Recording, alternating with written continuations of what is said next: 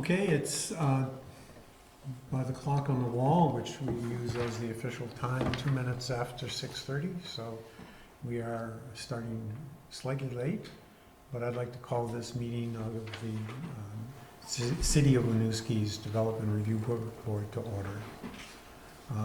I'll introduce the board to begin with here. And also I want to, I suppose, begin with a very minor change to the normal procedure, and that is because we're being taped and because we don't want to keep our friend and colleague here any longer than absolutely necessary, we'll collect the evidence on each of the cases before the DRB tonight. We have 2 cases. And then move on to deliberate them after we have collected all of our evidence, which means that the camera can be shut down, the City of Winooski will save a little bit of money, and the gentleman in charge of the camera will be able to go home to his familiar surroundings at a somewhat earlier hour than he had to stick it out with us in deliberation. So I'm Doug Johnson. I'm the chair of the Development Review Board. On my right, starting at the end of the table, is Matt Basowitz, and next to him and between him and me is Aaron Gayol, and on my left is David Weisberger. We are missing 2 members of the committee, the vice chair, Kevin Lumpkin, and the secretary, Harlan Miller. But we have a quorum and we are prepared to do business, and we're ready to launch. From an administrative sense, and we have new people coming in, it's extremely important to note that anybody who has any interest in being an interested party in one of the 2 cases before us, that is the Sawmill School conditional use hearing and the appeal of the zoning administrator's decision on, or at least part of his decision on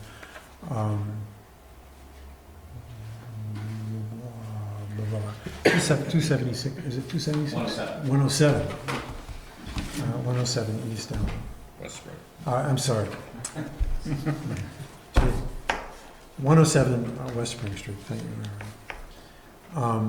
Needs to sign in. There's a separate sign-in list for each of the cases in this hearing, and in order to preserve your rights to be a party going forward on that case, you have to be recognized as signing in, or you have to write a letter in a very short period of time to the city indicating your interest in that status. And if you wish to speak at this meeting, you need to be in interested party status. Okay. Every public meeting in Vermont requires an opportunity for public comment. This is now your opportunity to comment on anything that is germane to the city of Winooski. Is there anybody who would like to make a public comment? Okay. I have 1 negative, affirmative negative, and a lot of silent people. Okay. I will assume that everybody has had a chance to speak if they wish to speak. And hearing no one and seeing no one making such a move, we will move on. So we have 2 cases, which I have mentioned, and I need to tell you what the Development Review Board does in short. Minutes. You're going to approve the minutes in the list. Okay. Sorry about that. What I should have is somebody, I should turn to Aaron and say, what's next on the agenda, since I can't seem to read the agenda when I'm talking at the same time. Okay, we have the minutes of the previous meeting before us. Has everybody read those minutes? Does anybody have any amendments to the minutes of that meeting?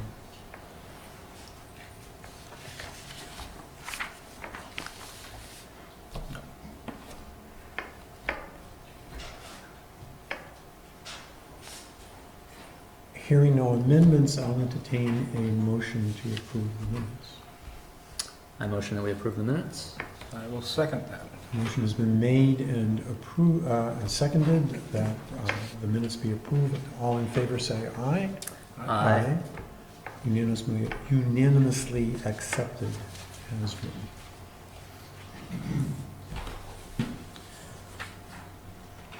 So our first item of business is a public hearing. This is a conditional use review for 276 Allen Street. I guess should I read the description of the Development Review Board? Is that, Eric, is that a necessity? That is up to you. I'm going to forego it on this occasion.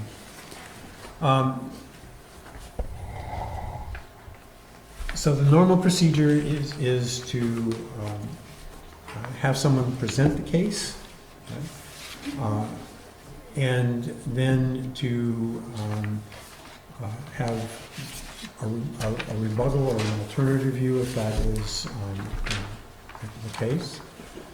It is also our procedure to query the person who makes the initial presentation, and the members of the committee make those kinds of questions and try to elicit as comprehensive an information base as we can.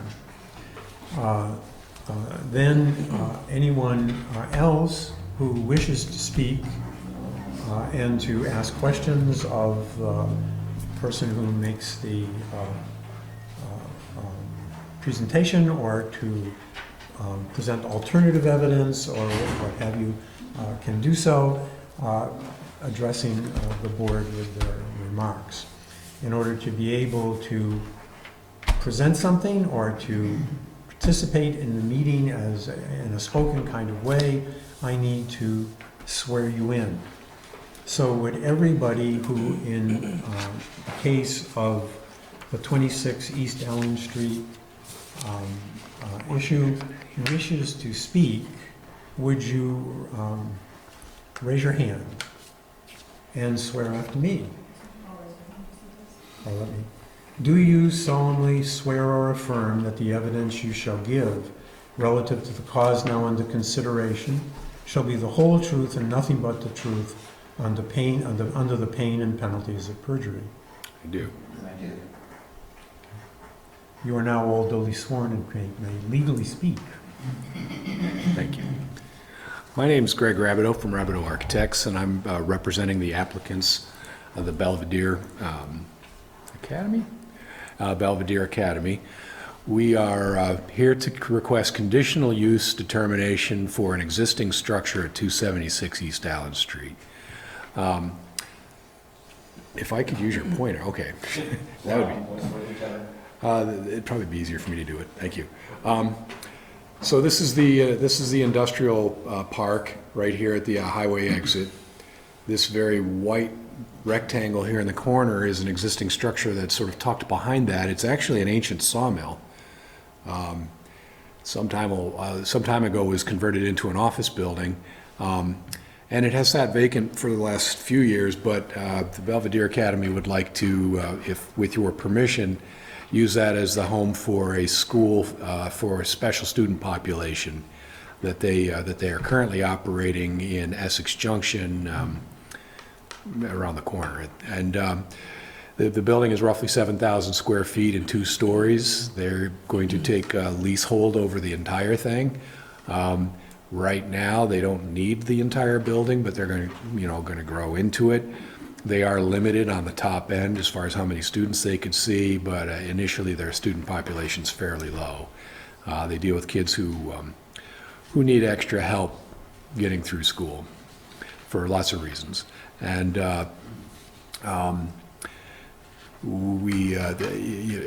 according to the building code anyhow, anything that has 6 or more, or as many as 6 students is an educational use.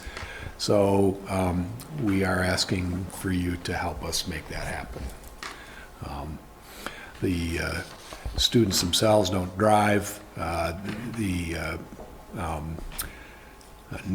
maximum number of students, John? 30, so they'll be capped out at 30 students, and there's a lot of direct attention. Kids, they can get meals there. They can, they get help learning how to bathe and stuff. It's a comprehensive kind of program. But I don't know much more to say about it. The exterior of the building won't change in any way. The interior is going to stay mostly like it is, with some minor renovations to provide shower facilities, laundry facilities, that sort of thing. That's the existing floor plan, and there's proposed layout. So there'd be a handful of classrooms, a sort of kitchen dining area where kids participate in the preparation of food, and also they eat lunch. There's also the opportunity for kids in certain situations to bring food home with them. But essentially, I think it's a pretty good fit for the Belvedere people, and it would be great for the city to get this vacant property back into more economic use. So very straightforward. I don't know if you have any questions or... I have two questions. Did you say that the students don't drive? They're not driving there? So, I'm the program person, so I'll go sit and I think Sure. I'm the right answer to those questions. Sure. Yes. sir. Could you identify yourself, please? What's that? Could you identify? My name is yourself? Tim Feeney. My title is Chief Knowledge Officer, which is a fancy title, which we don't know what it really means, but anyway. Use the mic. I'll use the mic. So, our kids do not drive. So how will they be coming there on a bus together, or they'll be dropped off? So, the home school districts are responsible for transportation. Some kids come in vans, some kids come in cabs. There are probably there are going to be 2 periods of time during the day where there will probably be as many as 6 or 7 vehicles dropping kids off and then coming back out. Morning 7:30, afternoon 2 o'clock, 2:30. And then the other question, also a programmatic question, do they spend any time outside? Yes. So part of so they spend time outside around the building, but they also spend time off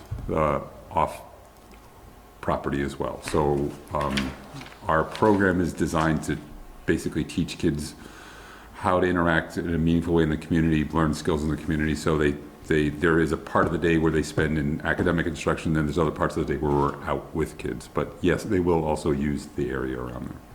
So where do you imagine that? So there's a little green space over on the side, right there, and a little green space on the other side. There's also where those boxes are, that's now empty, so we envision basically putting up a basketball hoop and using that as an area where kids can do some exercise around there.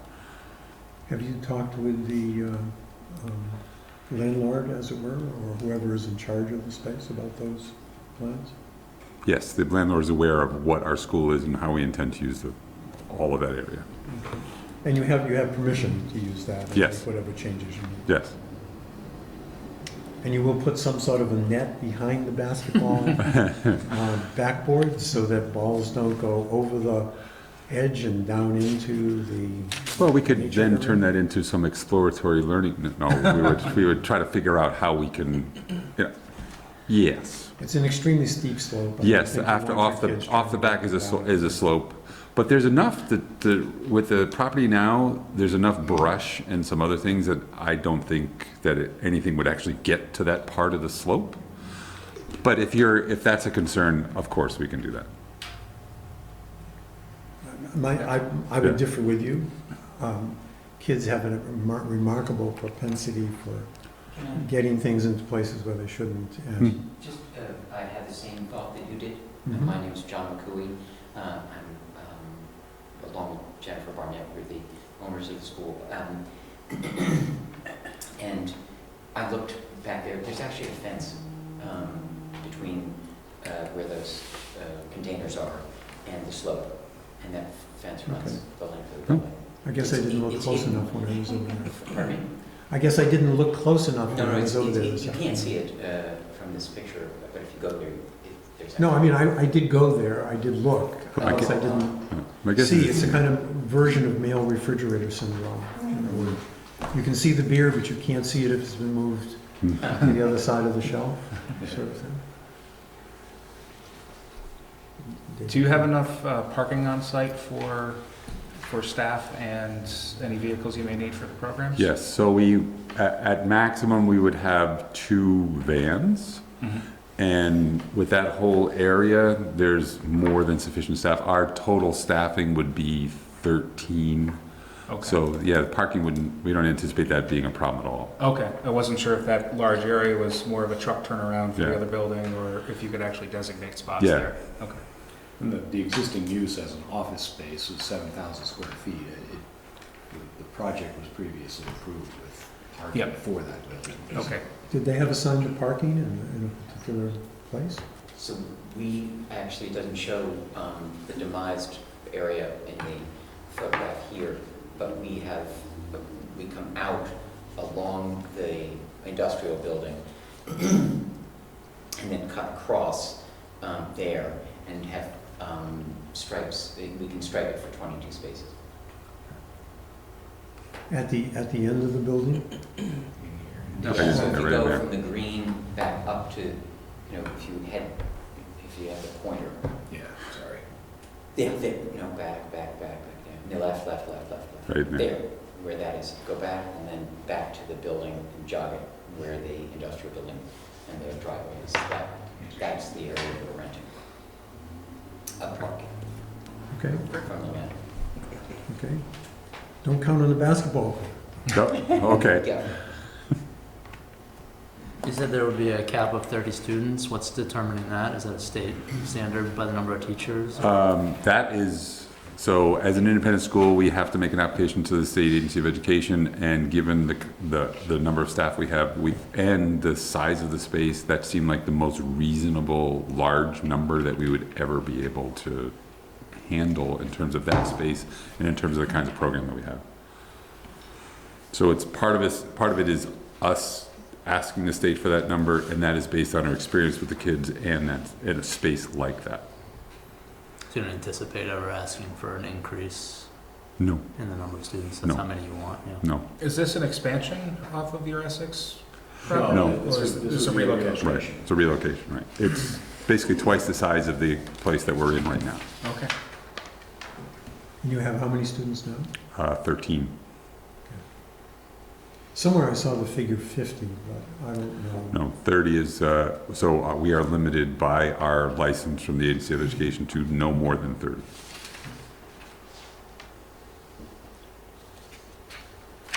Do you anticipate that some of the students will walk in? We do currently have 2 kids from Winooski. I don't know that they would be in walkable distance. So with the current population, no, but is it possible? Yes. Are you worried about students crossing the street in any fashion? For example, do they get free time, they go off-site? So our kids are middle schoolers and high schoolers, so they're not young kids. Mhm. We do a risk assessment for every student. If we thought there was an issue with a kid we had a safety issue, we have a series of protocols in place to make sure that no kid would get out in a way that we would feel would be unsafe. Okay. Do we think our kids will walk around the area? Yes, we do. Mhm. So you would program them effectively to try to make sure that they understood the traffic difficulties there? Absolutely. We had a very serious accident in that area just within the last couple of months. It would be, I think, for me, a really serious concern that kids would, I know how kids like to explore. Sure. I have grandchildren. They Mhm. explore aggressively, Mm-hmm. and they explore in places that they oughtn't to Mm-hmm. explore.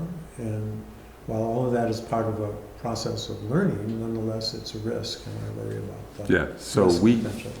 take that risk very seriously, and again, we have a protocol that we assess against those risks, and the amount of time or the distance a student could move away from the program is a function of how we have been able to assess their risk.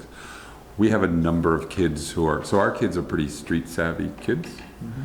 And so we have a number of kids that, so in our current setting, we're actually closer to the extension of East Allen all the way into Essex Junction. I don't remember the name of the street, in the equivalent in Essex Junction. 15. Well, it's, So we're at Pearl Street, but the main turns cross into where, Pearl Street. yeah, but our kids are closer to the main drag where we are right now. And so we have a lot of experience figuring out how to manage that with kids. One thing that you might have less experience with is the trucks that load and unload at the back of the building. And you're going to be very approximate to that particular location. I agree, but having said that, the post office is right next to our school, so we have the big postal trucks pulling in front all the time, and around the back is big lots. And so we have 18-wheelers moving in and out. So the traffic will be a different pattern, but we anticipate what we'll do is understand that pattern, and once we have an understanding of that pattern, we'll then be able to figure out how we're going to best manage to say, you know, I would anticipate that there'll be times we'll say, okay, we know that there's a lot of movement here now, so we have to be more vigilant with our kids at these times and less concerned at these times, which is how it's emerged in our current setting.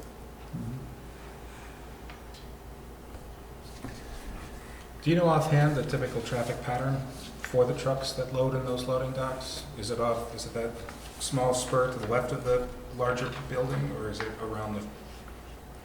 Everybody comes in from East Allen here. Yeah. How do they get to the loading docks? I would, if I were driving, I know because there's a circular drive here, they'll go wherever, but if I were driving, I'd come straight in and then back into those spots. And that's what we see mostly. It's an electrical supply warehouse. There's some other warehousey kind of things in there. Is that the trailers are there for a while. They're selling out of them. So can I see? So what I noticed was this is where most of the traffic is. That's the electrical supply place. There's a bay there. There's a bay here, and there's a bay here. In the time, so I've been there a number of times at various points in the day. And I have not seen a lot of activity here. Most of the activity is over here that I've seen. Now, I can't say that we've done a time study, but that was just my observation across numbers of times a day. Yep. Both buildings have the same landlord, correct? The same owner? Yes. Hillside Properties. I guess my concern would be large 18-wheelers coming through right in front of the school, knowing that there may be kids playing right there. Do you know if it might be possible to regulate truck traffic to that spur to make sure that they don't come right in front of the school? I don't know that it's 18-wheeler kind of truck. I think it's panel truck more than anything. I'm no expert, Okay. but it didn't. So again, two thoughts on that. One is that space is not 18-wheeler friendly coming around. So, but I'm sure an 18-wheeler could make it in there. Yeah. That's number one. Number two, we have a lot of 18-wheelers around where we are now. And again, our way of dealing with that is we know what the patterns are at big lots, and we know what the patterns are at the post office. And I would anticipate we would do the same kind of thing and say, where do we see the frequency of use? Number one. Then there's the programmatic side, which is helping the kids recognize there's 18-wheelers coming in. What are you going to do about it, and how are you going to manage yourself? So programmatically, I think I'm very confident with our risk assessment that we can manage that.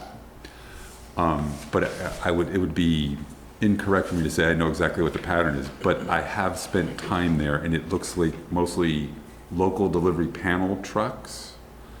But I would also guess that there must be some big deliveries that I just haven't seen. Okay. Well, there is a To prohibit the trucks from coming around and going down the same way they came. I think a really big truck would have trouble threading the Yeah, I needle think so. That's between the building and proposed school. Oh, yeah. Yeah, it's just because I mean, you've been there, it's narrow, and it's got a little corner to it. Yeah, it's tight. I saw a pickup truck with an attached trailer going by there, Mm. but that's an 8-wheel Right. assemblage, and it's on a small scale. Right. And most of the trucks seem to be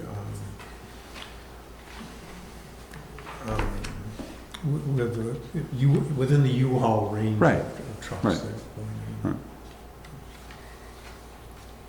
What are your normal business hours? Our staff arrive at 7 and leave around 3:30. The students start at 8 and leave at 2:15. So there's no sleepover, and there is no, there's very, very limited extended use, say, Correct. after supper.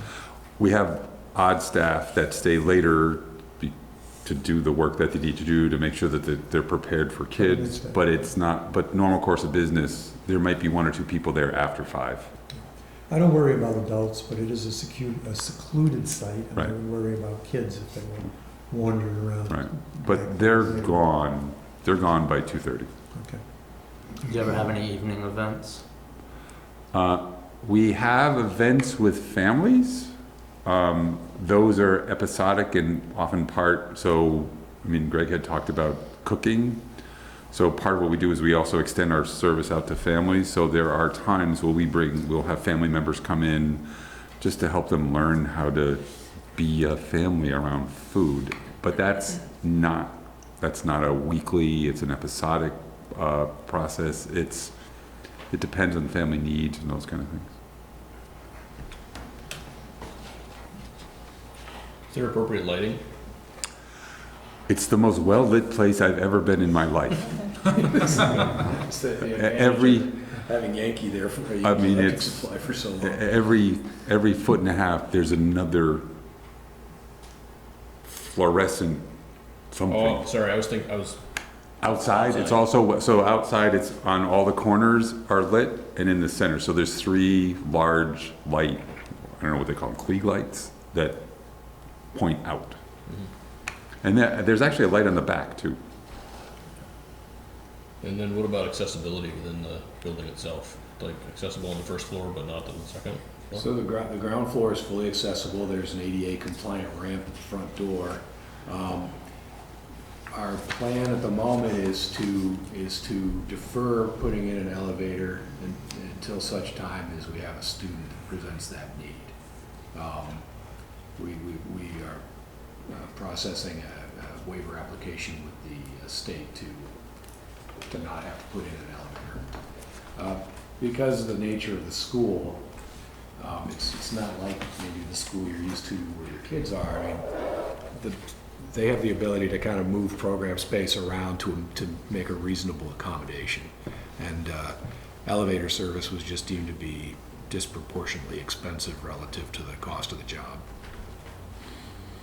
Is there a place on the building that you could put it in if you had to? Right here by the front door, we could at least accommodate a limited use lift, which would also take an exception from the code to get, but it seems a lot more reasonable given the size of the population. But we've also been thoughtful about how we're arraying the program, so that in the anticipation that we did have a kid who needed a ramp, all of the services that you would need would all be on the first floor, so that you would not miss. And that is also a requirement for the state agency of education. We have to demonstrate that if there's differences between floors, that you would not miss out on a program service because of your disability. So we've thoughtfully laid it out in such a way that all of the kinds of services that you need are available to you on the first floor. And all the interior doorways, toilet facilities, drinking fountains, those will all be compliant with state law on accessibility.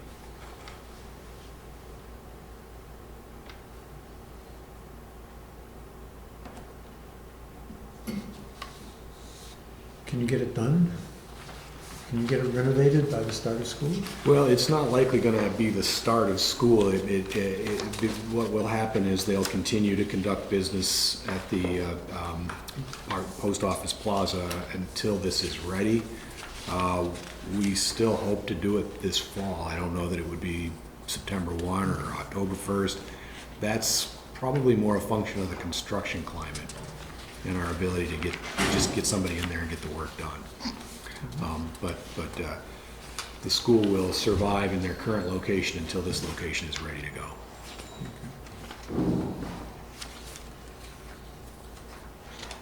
Any other questions? Anybody in the audience or group assembled here who wishes to ask a question of any kind or make a comment?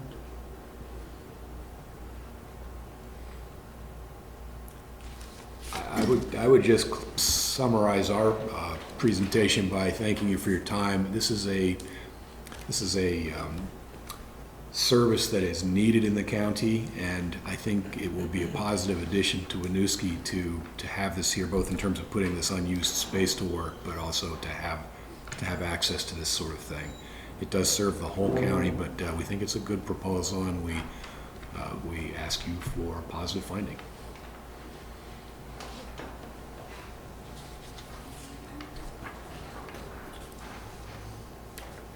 I think we're done. Thank you. Thank you very much. Well, thank you for the care you're taking in preparing this. Hope that this will work out. At least I do. We'll see.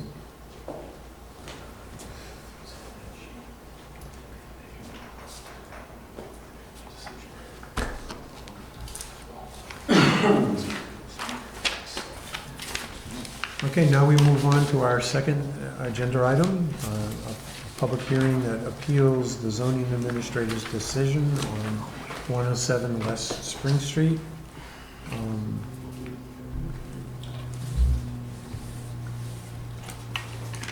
Could you, I believe Ms. Zukowski's here, who is the okay. person appealing tonight. You want me to go up there? I think so, yes. We would like that. That would be nice if you would. They want a bartender.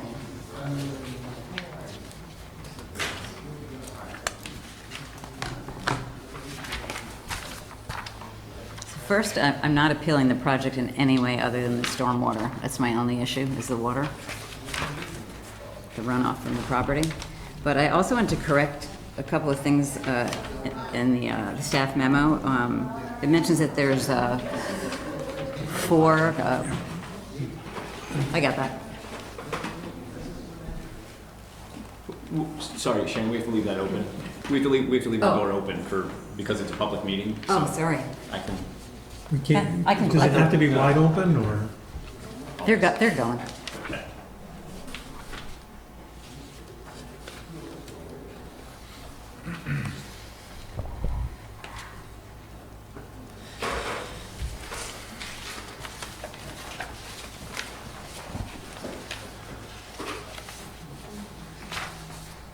Okay. Yep. So the memo mentions there's 4 catch basins on the property that have to be preserved and maintained. And there's 1. I thought there was 2, but I cleaned out what I thought was the second one, and it looks like it's just holding up the driveway. It's like a weird something or other.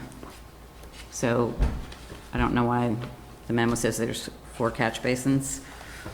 And the application says there's a single-family home, but it's a 2-unit. There's 2 apartments in it. And third, the owner is listed as Linda Crete, but the land records show that it's Kevin and Michael Crete. So I'm confused about who's applying. Probably none of that relevant, but I don't know. Linda Crete is the property Well- owners who's provided a signature here.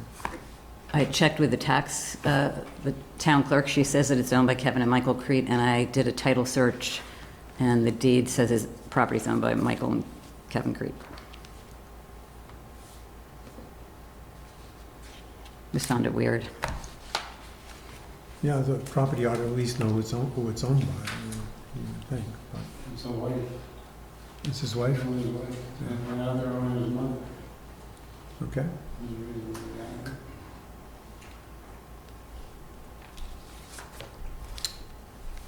Maybe the deed hasn't been filed yet or something? Happens sometimes. No, I think this is a property ownership of long-standing, is my belief.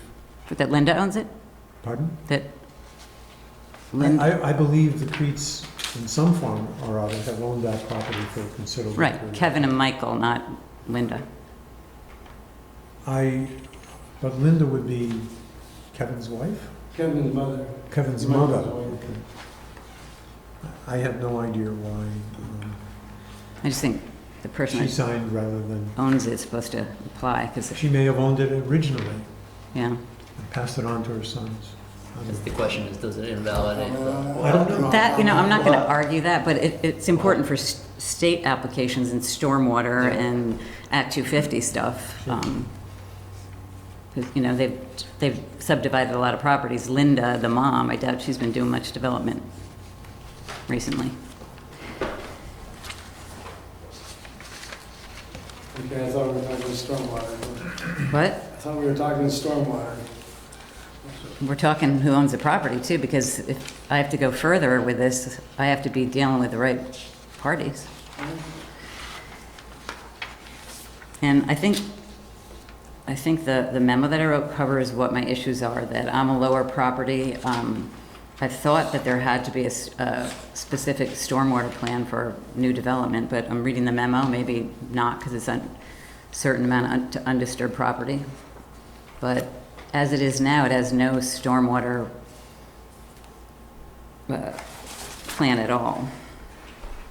There's a catch basin that has never been maintained, it's caving in. Should I give you photos of it? If you have them, sure. I have these, are these the, Sharon, are these the pictures here? No. Okay. That one is circled, that's just holding up the driveway. I thought it was a catch basin, but when I cleaned it out, it just sort of a garbage receptacle.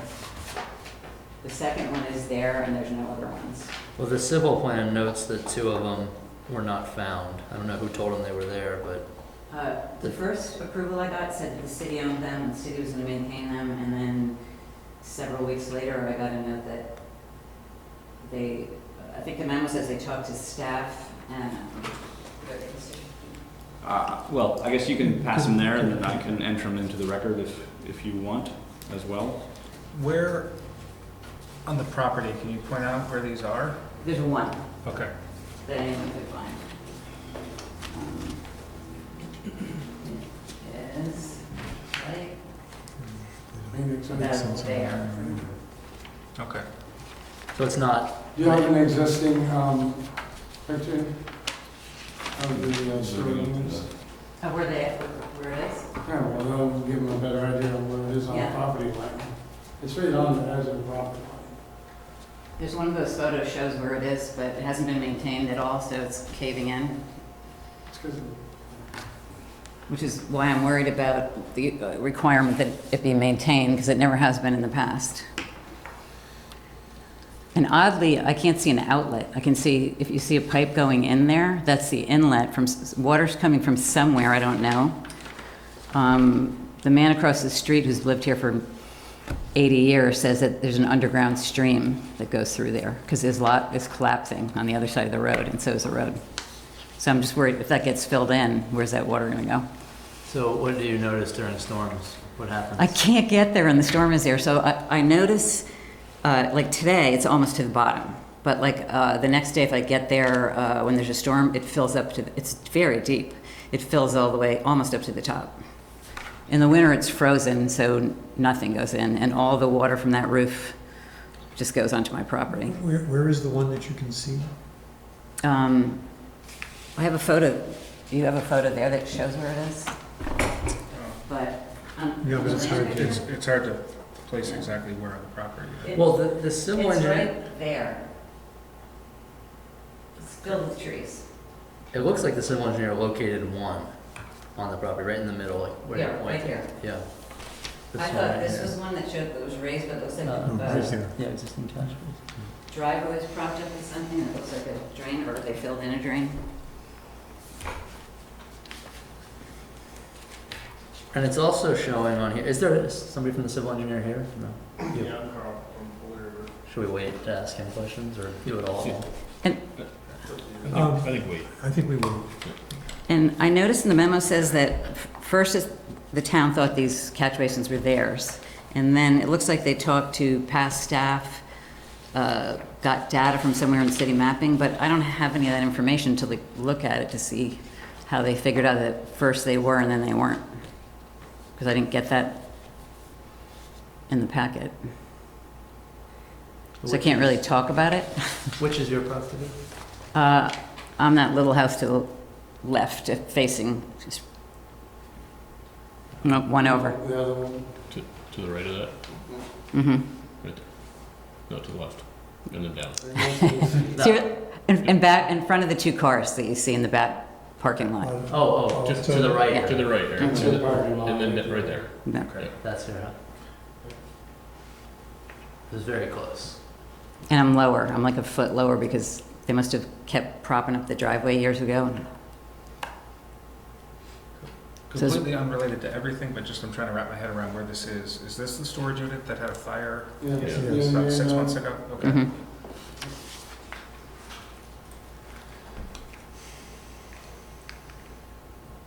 And my worry is the project's gonna disturb something also with those storm drains and, you know, none of the water's gonna be addressed. I'm just gonna end up with a swimming pool in the backyard.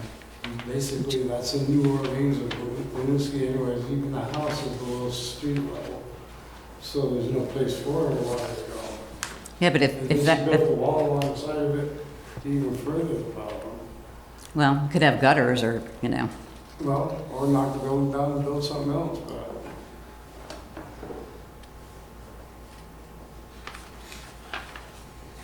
The only thing that's going on to her property is the runoff off on that roof. And the building we're proposing is on the other side of that lot, and that's all the driveway that's sloped towards the back of the property.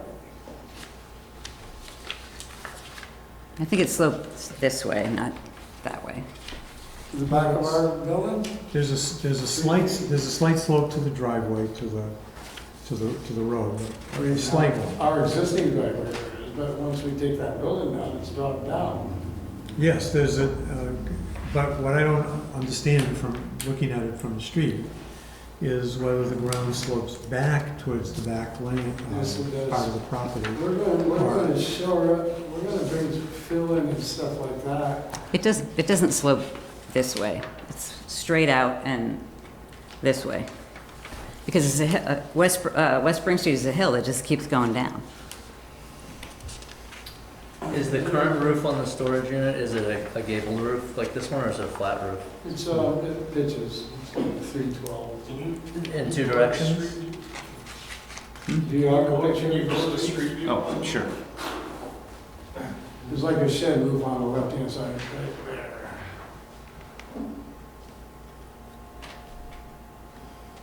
I can't quite see the wall. That's like a false front and back, or in the front. It's an old picture. Well, it still serves their property now, Yeah, and it does. and it's gigantic, as you can see, It's huge. enormous. There used to be, Occupies a whole lot. Pretty much takes up the whole lot.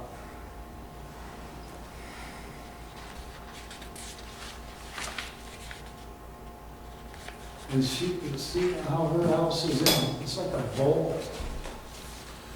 In her parking lot, there's no place for the water to go. Most of the roof slopes, west of the Yeah. towards her property. It would appear that the next door property is the original ground surface and everything else has been filled around it. Is- That building's been there for a long, long time. I'm probably the oldest house, so everybody just decided they'd just add fill around me. I guess I didn't get on the program. That building was there it was there a long time. It's probably early 1990s. Used to be a cabinet shop. And prior to that, I can't remember where it was, but it's huge. And it's on a hill.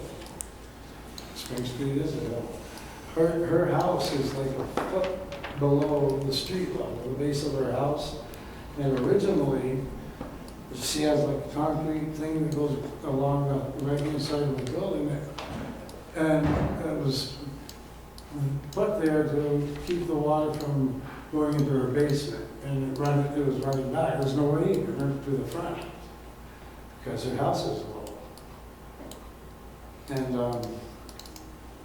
well, we offered to help you out on that, but that offer's off the table now. You never send an agreement, you're not gonna do it with a handshake, you gotta send something in writing. The offer's off the table.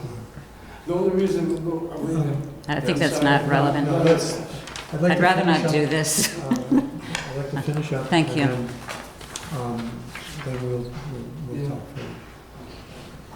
So, what are you looking for?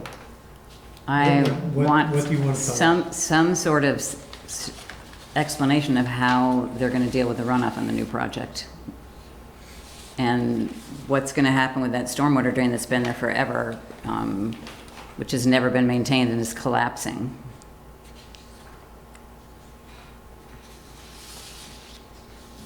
Carl can answer that one. He's going up next. Okay, is there anything else that you want to tell us? I don't think so, just that, What ultimately are you looking for? You know, what ultimately is the ideal solution here from a stormwater perspective? obviously, as he says, I'm lower, I'm gonna get some runoff, but I think that there has to be some sort of written plan on how they're gonna deal with it in the new project and the new roads, how they're gonna deal with the runoff from their property. There's nothing, There's existing runoff there today, Yeah, correct? it's on the roof. Hold on, you'll get a chance to talk. mhm, There's existing runoff today. right. And are you looking for this project to reduce that runoff? Or I if you've think, got- I think a new project, it looks like the regulations require, maybe not, has to show how it deals with runoff in some way. The only thing required is that the applicant maintain the existing catch basins. And if you look at those catch basins, that's how he maintains things. You know, and it's not collecting the water. You know, I'm not asking like for a stormwater pond or whatever, but like show me that you have gutters, that you're actually sending it in the back and say anything. But that one catch basin isn't gonna get anything from that new project. It's not even gonna be near it.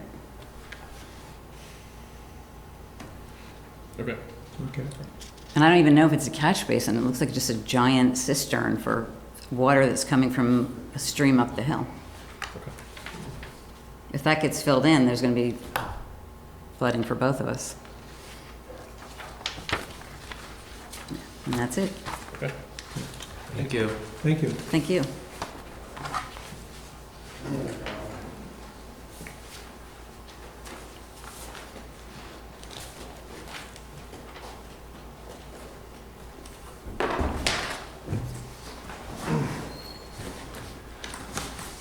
I'm Carl from O'Leary Burke.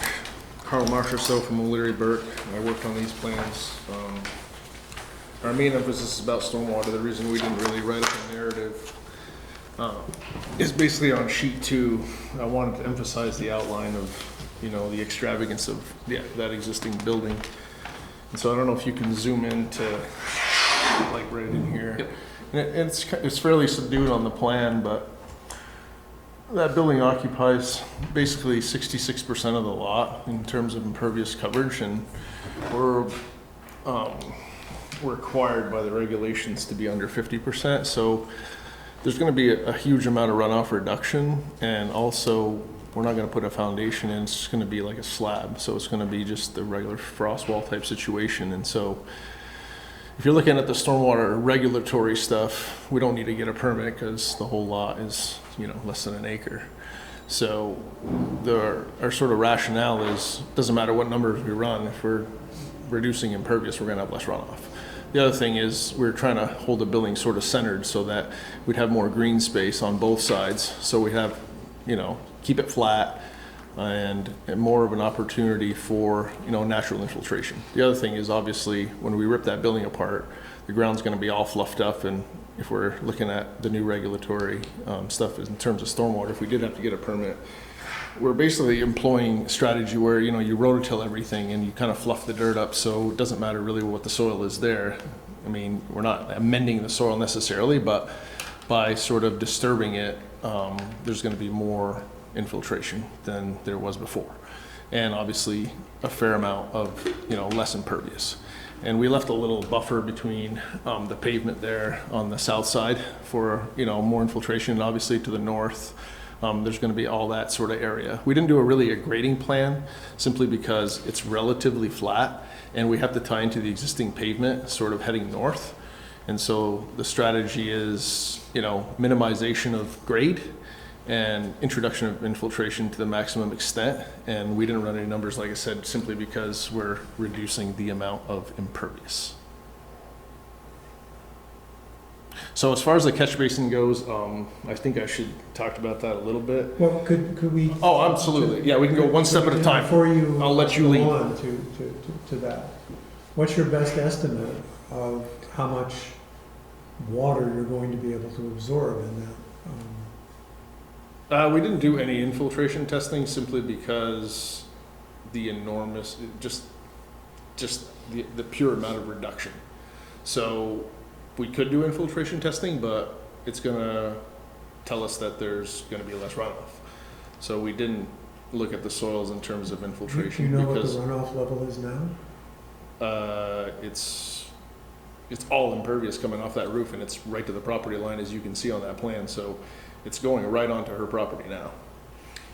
I mean, a good portion of it. But is the requirement just that you reduce the amount of runoff from what's there now? Or is it that I'm reading from here, it says, stormwater management system shall be designed to accommodate existing and anticipated runoff from the site. How can you design a system if you don't look at volumes and decide what you need? So typically, we look at design of a system when needing a design is basically having more than an acre, and because we're less than an acre and we're going to reduce the amount of impervious, that's why we didn't really compute any numbers. I mean, we can run numbers, but it's going to convey that there's less runoff.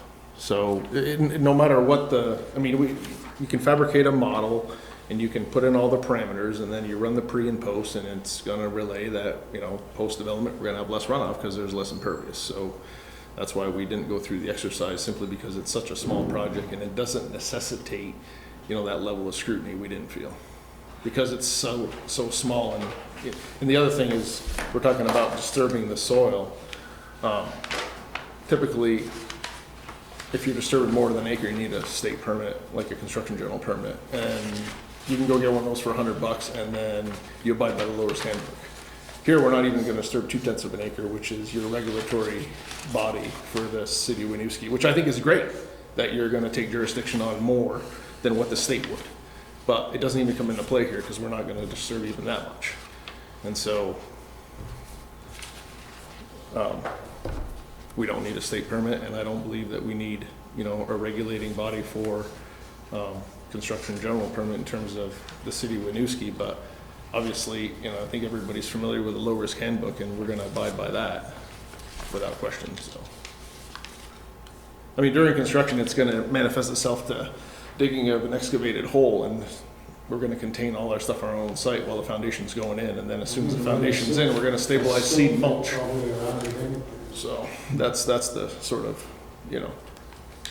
in this small scale situation, what we intend to do.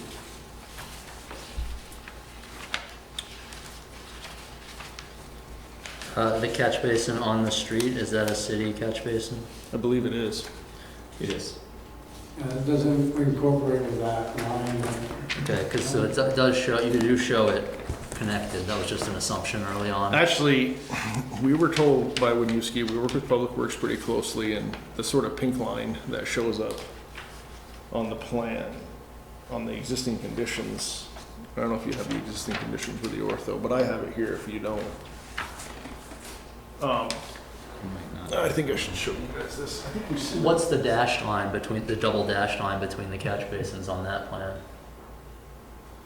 Leading to the street. So that line was the city's best guess at connection, and I have more information on that because I spoke with John Cho just recently, and I'll give you guys some information. But if you look at this plan, they gave us this coordinate, and this coordinate to sort of plumb down where they anticipate their storm system was. And so that's what we did, but the catch basin's actually like right against the building right there. So we showed that pink line because they wanted that part of the record, because they were sort of evaluating whether it was city-owned or not. Is that correct? I mean, now we know for sure that it's not, and I'll show you another excerpt. So those catch basins are kind of in ruins. I spoke with John Choate about it, and our best guess is that it's basically like a stone line filled pipe that goes all the way to the 99 laundromat. And I have a map of that here that I sent to John Choate, and we spoke on the phone about it.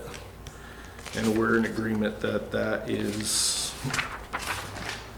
the trajectory of that storm system, and it's not even connected to the city street. So this is the catch basin system here, and it goes under the street, not connected to the current system here, and it goes all the way down to the 99 here. The problem is it's been cut by this, and basically developments that occurred since. And so it's a system that goes to nowhere, but it has the sort of perception that it takes on water, because it definitely does. But I think its infiltration capacity increased by the underground stone that's in place now. And so I think that's why the city's taken the position that it's not owned by them, because they really have no jurisdiction of it. It's on private property. And it goes to the road that doesn't even connect to their city's system, so how would they have sort of control of it? Originally, it went up to the St. Church, I think graveyard, there was like a pond up there many years ago, and that's what originally was going, and it went all the way down to Alsbury Avenue. Now, with all the collapsing of everything, it's a stone system. So you get groundwater, but you're having erosion problems down below. I think moving forward for a solution, I think, we're fine with preserving that system. I mean, I think there's probably a bunch of stone and it's real deep, because it's so deep that it doesn't want to connect to this current system that's there now. So I don't think we want to dig up West Spring Street to find out, and I don't think the city does either. And I think it's in our best interest to leave it alone.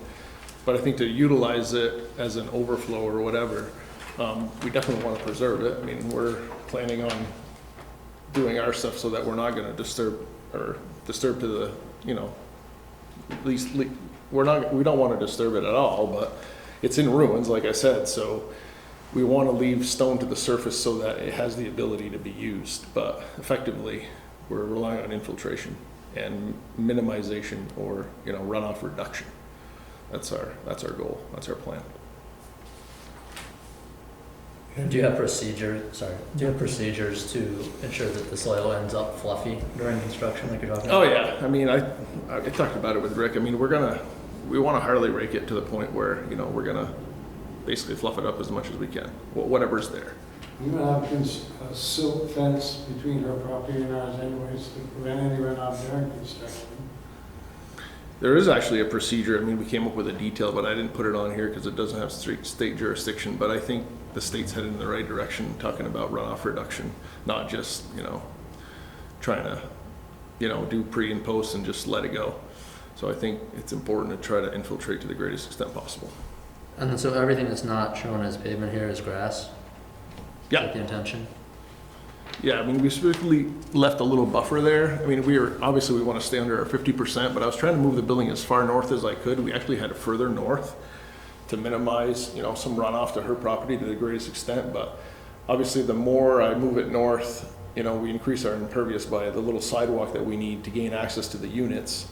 And so, we wanted to stay under the threshold of 50%. So that's what we're trying to do. We basically, we took the building and we moved it south until we hit, like 49.6. So I didn't want to be 50.0. So that's how it came to be where it is. And I mean, it's worthy to know, and it's very clear on the existing conditions plan, like we're 66%. I mean, it's a pretty significant reduction. I mean, that outline of the existing building isn't on there by mistake. It's on there for a purpose. Like I want to emphasize the fact how big that building is. And it's direct runoff right onto her property. So I think, it's really a win-win. I mean, we're going to tear that building down. We're going to reduce the amount of runoff. And I think it's actually going to help her, like day one, as soon as that building comes down. It's definitely going to reduce the runoff because, a roof, as soon as you get a 1/4 inch of rain, it's right on her property. So without question, it's going to reduce the amount of runoff on her property. Will there be gutters on this building? On the new one, yeah. And then where will that downspout go, to a block and just run off? We're going to send the soil out towards the back, where that shed is in behind the building. And that's where our roof runoff's going to go. All the rest of it in front is level. It's like a level parking lot. We'll taper it the other way because there's a big bank on the one on the east side, the property on the east side, so we can taper our parking lot towards his property. And then it'll naturally leach into the green space.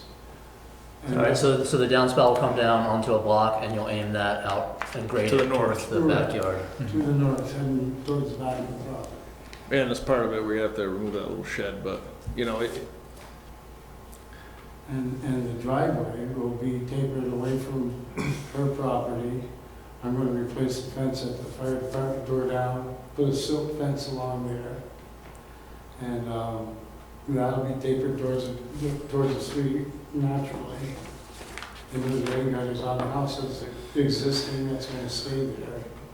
we didn't do a formal grading plan just because of magnitude, but correct me if I'm wrong, Rick, but It's when you go to the north, you're gonna create a little depression for water to sort of store to the north. I mean, as part of it, we're gonna remove that little shed, and in so doing, it'd be easy to create like a little pocket on the north to even have a little more additional storage, and we're willing to do that, correct? Well, we're not going to move the shed. No, but we're to the north. Oh, to the north, yeah. Yeah, a little depression to the north. That's what the plan was, anyway. Yeah. And that's what we talked about, because it is sort of, it's fairly flat, and it's unfortunate that her property's lower, for sure. So we definitely considered that as She can well. lift the driveway up all she wants, but her house is still down low, so that's a solution that's not, we're not gonna Somewhere in change. in Sharon's appeal, she mentions that the existing, the one catch basin she's found Yeah. has overflowed in the past.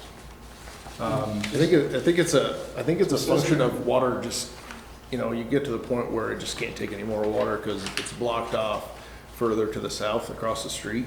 So it can only take so much water, then it sits, and then overnight you come back and it's all gone, but I think it's moving very slowly down. Does it make more sense to try to remove that portion of the system to prevent the overflow, to prevent the pooling and potential freezing?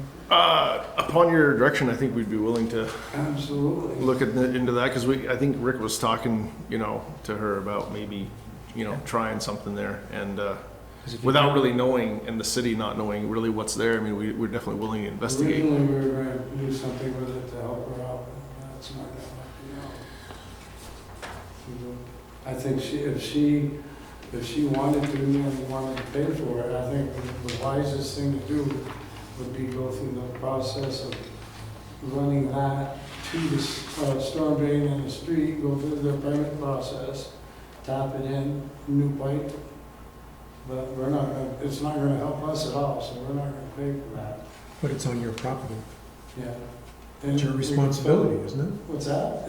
It's on your property, it's It's your a- responsibility, isn't it? It's a, goes to nowhere. There's nothing, it goes into there and it filters in the snow. It doesn't, there's no pipe. I think what Rick's trying to say is there's really no incentive for us to install the pipe, but I think we'd be willing to, you know, at some point, if we did install the pipe for her benefit, you know, on our property, I guess, to pick up some of her water. I mean, that could be something, maybe a point of discussion perhaps. But for us, it's just really getting rid of the building, putting the water in the ground. What's your estimate on the amount of capture or improvement? Do you have About any? a third. About a third? Yep. It'll increase the infiltration capacity by about a third. Yep. And not directly into her property either. It's everywhere. I mean, that's a real rough guess. We can run numbers, but it's I bet it's more. insignificant, I think. But it's, you know, the amount of runoff reduction is going to be significant. I think the disparity between pre and post is going to be about a third. Does the possibility exist, on the map here you have at least 2 other catch basins that were called out in the city records that are on the property. Does the possibility exist that this water, could it enter the system for these 2 phantom catch basins that may be underground, and does the potential exist to direct it into the one catch basin we know and potentially overflow it? If there is a catch basin, it'll be underneath the building and it'll be north. The answer to your question is, that's really difficult to decipher whether, you know, it's a benefit or a disbenefit. Instinctively, I think it's got to be a benefit. I can't believe that it's backing up to the extent where it's going to make it worse if we took it out or if we don't take it out. But Right now, she's got a big, you know, round tank that's going to capture a serious runoff. we went with a locator and we didn't find So a you're- steel structure there. Am I hearing correctly that you're putting a tank in? No, it's already there.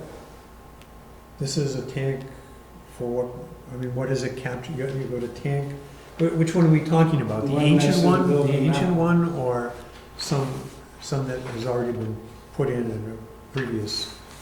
The one that he's talking about adjacent to the building is in ruins and it's sort of there now. It's sort of collapsed, right? I mean, it's all just, it looks like a big mismatch of stone and it's fairly deep. And I think it just makes its way down and follows the stone across the street. And then when it fills up, it stops.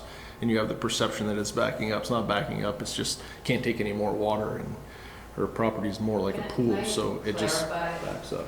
This, it never overflows in the spring. It's just frozen in the winter. That's when it floods. It does handle the water. I think it is, the system is collapsing. The neighbor across the street, Gilbert Mungin, says his whole lawn is caving in. He's been talking to the Public Works for years, but it does catch water. It only overflows in the winter, which probably happens to city drains when the underground pipes are frozen.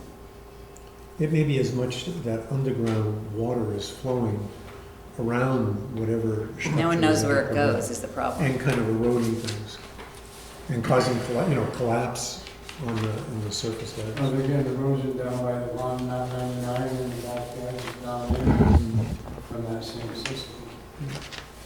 But it's not a pipe, it's just like So, a stone. so you're not planning to put any kind of tank with distribution on site, right? You're talking about a surface, Little swale on the basin? north side to catch sort some of runoff. sort of a rainwater garden kind of thing, Yeah, which just the a city little has depression. experimented with in various places. Yeah. I mean, it's pretty minimal compared to what's there, so we feel like it's going to be so much less runoff that if we direct it north and to a little depression, we'll be able to better manage our stormwater on our own site and minimize the the runoff that goes to her property. Are you going to put any vegetation into that? Yeah, I mean, we're going to seed mulch it as soon as the foundation's in. We're You're going going to what? to seed and mulch it so we get grass established as soon as possible. Okay, you're not thinking about any bushes that would evapotranspire and help to... I mean, unless The lot's so small, it's narrow, it's like a bowling alley. Yeah, no, I mean, I can see from the street and I can see from the diagram that it's small. I'm not talking about creating a forest. no. You know, if you put a couple of shrubs in it, with lots of leaves and leafy bushy things in it, it would tend to evaporate or transpire from the leaf surface Yeah. surprising amounts of water if you pick the right species. Yeah. If you, It would enhance. If you have plants that you think, I mean, I think Rick would be working with it, and we'd plant some stuff, no problem. We improve the properties, everyone that we build, and we do a good job. And we have flowers and plants and stuff like that. Linda, she'll make sure that we're gonna have that, because that's what we do.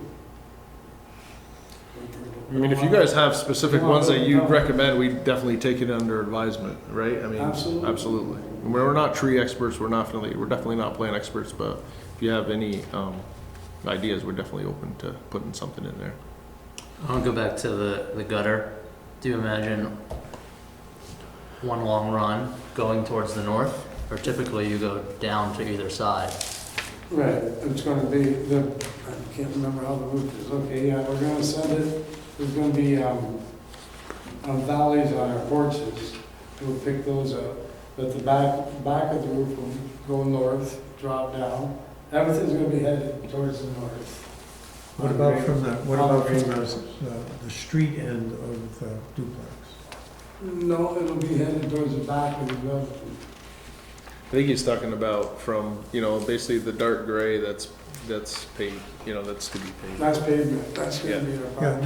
no, but the gutter is gonna go from the front of the building, close to the parking lot, Right. all the way to the back of the lot, and then the downspout Correct. will be there, rather than one at the back and one at the So front. that's where we'll have the most, green space to absorb whatever.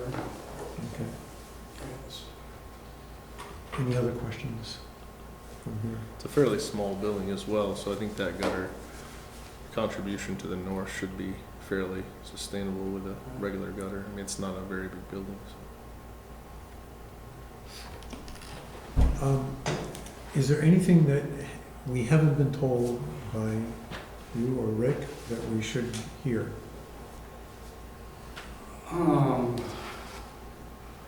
We can talk about it after your decision. No, but I don't think so. I think it's gonna be amazing how much less water she's gonna get when that building's down, because the whole entire roof is dropping right there in her parking lot right now. And that's all gonna go away. It's not just time of concentration either, it's proximity. I mean, you got no buffer there whatsoever. You can see that dark line, the hatch line. I mean, it's right on her, right on her property. There's just no real buffer there. There's no opportunity to reduce runoff because the building's so large. It's on her property immediately as soon as it starts to run. And the way that building has got a deep foundation and stuff. And we're gonna end up being 2 feet down below our existing driveway level, which we're gonna have to fill in. Because my goal is to keep that parking lot level so the water runs out of that parking lot down our driveway and out the street. We'll probably replace the asphalt in that driveway also, the existing one. And taper it away from her property. And then the building, we're gonna probably have to bring some fill in, because like I said, that's only 2 feet down. There's a foundation that's all concrete. I don't know really, until we knock it down and dig it up, we don't know what we're gonna find. How much slope will you be able to get towards the north, behind the building? Towards that swale? Or it's flat, so you're just gonna put a little dip in? We're gonna have to excavate and take some material out to do what we're talking about, to have the depression and maybe, some plants like you guys talked about. I think we're gonna commit to digging a depression, having some material come out, or just moving it down, like he said, to fill it in. I think there's Sort of natural like where the building's depression gonna go, just now. because the existing concrete building is a little bit lower. So that's gonna come up a little bit. And so we'll probably just move that material to the north where the building's gonna go, and that'll create the depression to the north where stormwater can, have more area to infiltrate. And really, it's just trying to keep it away from, the front of her property, because that's where, the contribution is the worst of stormwater. And I am planning That's why we on wanna move placing everything to the a north. Fence too. That the fire- What's your fence? Well, we're still gonna put one in there anyways. because the fire department took it down. And then I'm gonna have a silk fence that goes along the properties. Nothing went into it. Tom, you have any questions? No, I don't think so. Is there anybody else who wishes to speak on this project? Good? Do you have something you need to say to us? No, I'm good. Okay. I want to dismiss you in the sense that maybe you'll vacate the table. I don't think we have any more questions to ask. Thank you. Is there anybody from the Thank you. audience who would like to contribute to the discussion?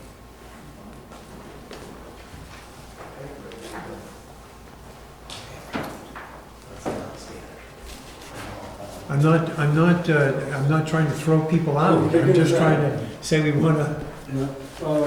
Officially, can we go? Of course. All right. We good? Yep. I think these are evidence now. Yes. Oh, yeah, Yeah. I'll put those in the record. I'll take a look at them first. Okay, sure. Okay. All right. So we have two cases before us. We should take them in order. We'll start with, Should we do closed deliberation? yes, we have to have a motion to close and to enter deliberative session. Sorry, Doug, we were also going to go through city updates and other business, so we can dismiss the camera before we enter deliberations I, as well. what items of business do we have? Because I thought that you didn't have a city So, update. yeah, so from a city update perspective, I assume you're ready to move to those before we do deliberations? So from a city update perspective, just to let you all know, the decision from your last meeting, from the June meeting, was finalized and signed and distributed to the interested parties. The properties were noticed of your decision. I'm working on follow-up based on what the decision was, and we'll issue that determination when it is. Is that posted online somewhere? It is not. We're working on figuring out how to get that on the website. I can send it to you directly. I've got it scanned, and actually that's what I intend to send it to the DRB members directly. But we are looking at putting it on the website somewhere, just so we have just a matter of figuring out the best place to put it right now. Otherwise, I didn't have any other updates, city updates anyway. On other business, our August meeting is scheduled for August 15th. The deadline that we've identified for getting materials in for that meeting is tomorrow, July 19th. I haven't received anything to date, so I'll let you know if we have anything by tomorrow afternoon or tomorrow, probably Monday, and then determine if we still want to hold that August meeting, or to finalize some other business that we've started, or take a month off. Yeah. So those are the only items that I had additional. Okay. Quick question on the project that's happening on Main Street, 27, it's where Dolly Boca is. Oh, yeah, okay. 217, which appears to be fully abandoned at this point. The gray house to the left. Yep, I okay. walk by it nearly every day, and I see a massive rat issue underneath the front porch of that place. Do you know if that's being talked about or addressed by anybody? I'm not aware of that. I can make a note and Okay.